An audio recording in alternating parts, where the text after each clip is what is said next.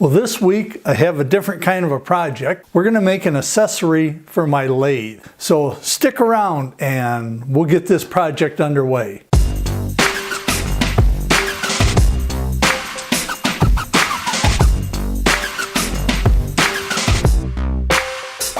Hi, I'm Paul. Welcome to my messy workshop. This week I want to make a sanding disc for my lathe.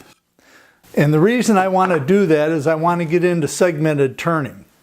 And segmented turning is where you glue a bunch of pieces of wood together and you stack them up and glue them all together, turn it on a lathe, and it really comes out looking neat. To do that, one of the things you have to do is, after you glue all those segments together, you have to make them smooth on the face. And that's so when you glue it to the next piece, you have a good glue joint.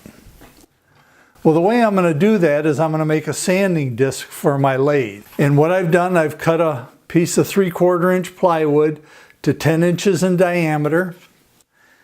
I've marked center, and I'm going to attach a faceplate to it. Now, the reason I made it 10 inches in diameter, there's two reasons. One is I have two lathes. One is a midi lathe, and that has a 10-inch capacity. Another reason is that the sandpaper I got is 10 inches in diameter. The next size up was 12 inches. I could have gone with 12 inches, but then I was limited to only being able to use this on one lathe. By making it 10 inches, I can use it on both lathes. So stick around and we'll get the faceplate attached and we'll see how this project progresses. Well, like I said, I have my circle marked, and I've taken a compass and I've marked the diameter of, or the circumference of this faceplate. So now all I have to do is line it up real carefully, like about there. Take a punch.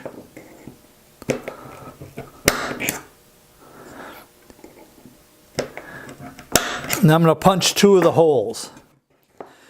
And I'm going to drill those holes, put 2 screws in, then I'll drill the other 2. Another thing I'm going to do is I'm going to take a countersink bit and I'm going to countersink these holes. The reason I'm going to do that is as I put these screws in, it'll have a tendency to pull the surface of the plywood up, and it will keep this the faceplate from sitting flat on the piece of plywood.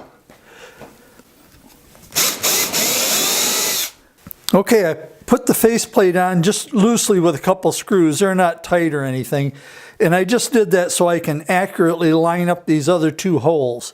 So I'll go ahead and punch those now. I've got the other 2 holes drilled. So we can go ahead and put this faceplate on and get it tightened down.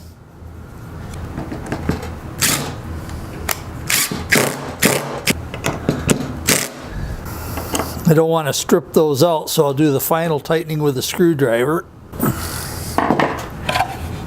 And the faceplate looks like it sits nice and flat, so let's take it over to the lathe and put it on the lathe and see how it looks. Now that is the maximum this lathe can handle. I got about a 1/16 to 1/8 of an inch clearance down there.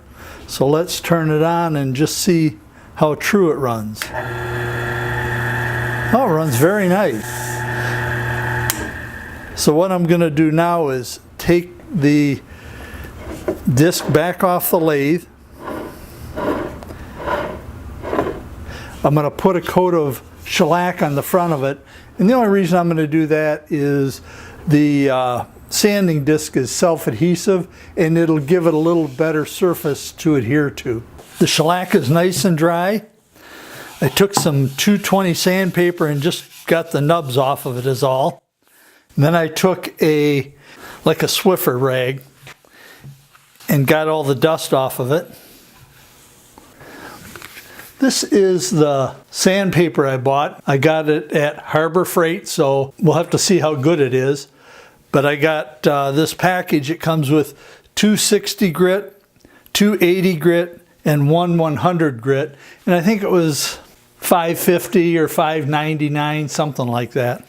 And it's cloth backed and it has self-adhesive backing on it. And we're going to see how good it sticks. See if I can get it centered pretty good. Yeah, it seems to stick pretty good. I don't know how it'll be in the long term, but right now it sticks pretty good.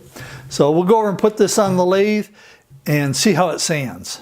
This is a segmented ring I made. I cut all the pieces on my incremiter. There's 16 pieces. It's just pine, it's nothing special. This is more of an experiment than a project. And so I'm going to try sanding this on the discs and we'll see how it works.